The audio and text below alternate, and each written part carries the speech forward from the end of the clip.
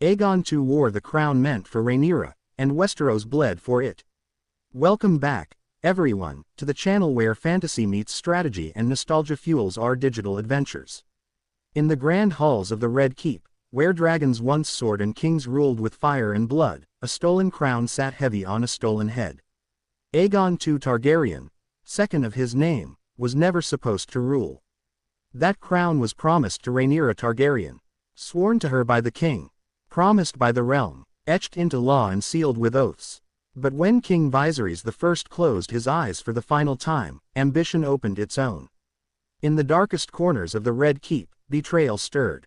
And by dawn, the Iron Throne was no longer a symbol of order, it was a throne of treachery.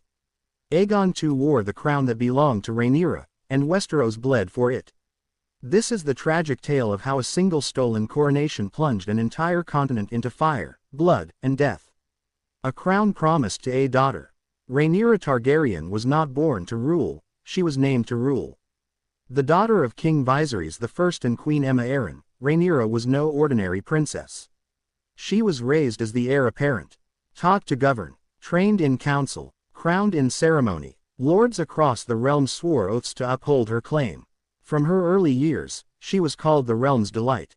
She rode a dragon, Syrax, and captured the imagination of Westeros. And when tragedy struck, when her mother and baby brother died, Viserys did not waver. He declared before the court, the council, and the gods, "Rhaenyra is my heir." But power in Westeros is rarely secured with words alone. And while Viserys tried to build a peaceful future, others plotted their own. The seed of treason, Alicent and Otto. The roots of the coming tragedy lie with two names, Alicent Hightower and Otto Hightower. Otto, hand of the king, was a master of quiet ambition. And when Queen Aemma died, he maneuvered his daughter Alicent into the king's bed, and eventually onto the throne as queen. From that union came a son, Aegon. To the Hightowers, this changed everything. Why should Rhaenyra rule, they asked, when the king now had a trueborn son. Alicent, once Rhaenyra's childhood friend, now stood as her greatest rival. Their bond fractured, their paths diverged. And Otto never stopped whispering, "Aegon must be king." Though Viserys refused to change the succession, the lines were drawn. At court, the factions formed. The Blacks, loyal to Rhaenyra. The Greens, loyal to Alicent and Aegon. The court smiled in public. But behind the tapestries, war was already brewing. The death of a king, the birth of a crime. When King Viserys finally died, old, frail, and weary, he passed in silence. But rather than sending word to Dragonstone where Rhaenyra waited, Otto and Alicent kept his death secret. The doors to the royal apartments were sealed. Loyalists were imprisoned or killed. And in the dark, the plot unfolded. Otto gathered the small council. Plans long prepared were put into motion. Some protested, like Lord Beesbury, master of coin. He was murdered for speaking the truth. And just like that, the throne passed, not to Rhaenyra, but to Aegon II. They searched the city for him. He was not eager. He was not ready. He was a drunk, a brawler, a man who had never shown the heart of a king. But he was male, and in a world built by men for men, that was enough. A crown stolen in secret. Aegon's coronation was a rushed, desperate affair. In the dragon pit, under heavy guard, Sir Criston Cole crowned Aegon with the conqueror's crown and declared him king. The bells rang. The crowds cheered. Whether from joy or fear, none could say. But even then, the realm was split. Because far to the east, in Dragonstone, Rhaenyra still lived. And when the news reached her, while she labored with her sixth child, who was born dead, her screams were not just of grief, but of rage. She had been denied her birthright.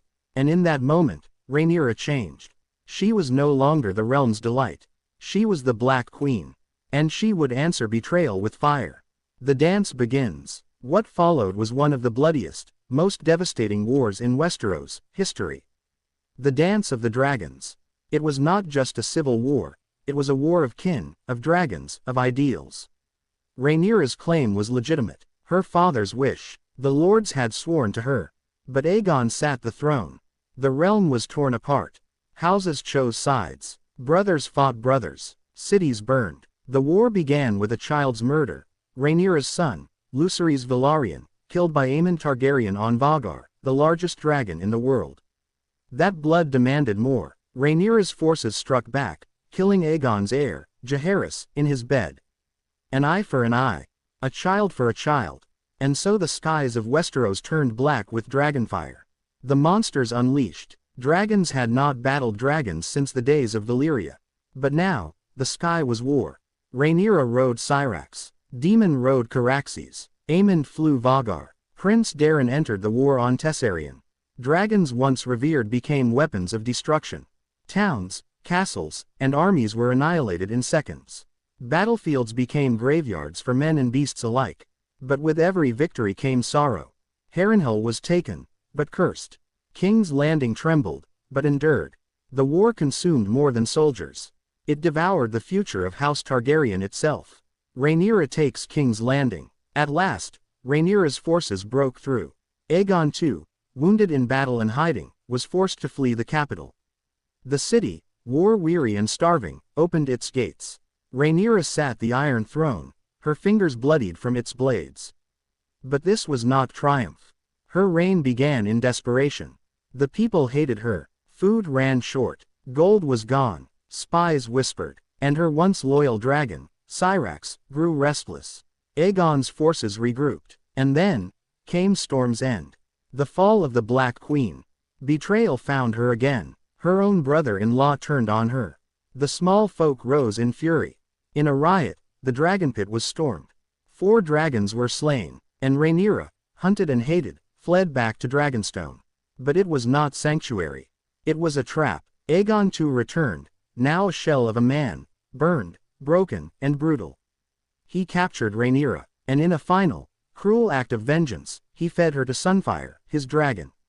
Her son, Aegon the Younger, watched in horror. The war that began with a stolen crown ended in cannibalism and fire. A victory of ashes. Aegon II ruled alone, but not for long. His body failed, his mind fractured, and the court that once elevated him now whispered of replacing him. Within 2 years of Rhaenyra's death, Aegon II was poisoned by his own men. And who would succeed him?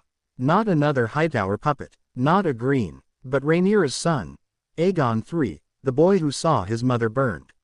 In a final twist of fate, the very crown Aegon II stole passed back to the bloodline he tried to erase. But the victory was hollow.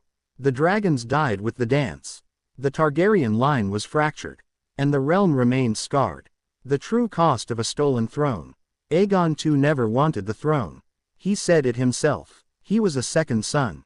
A boy of appetites, not ambition. He wore the crown because others forced it onto his head. Because Otto Hightower wanted power.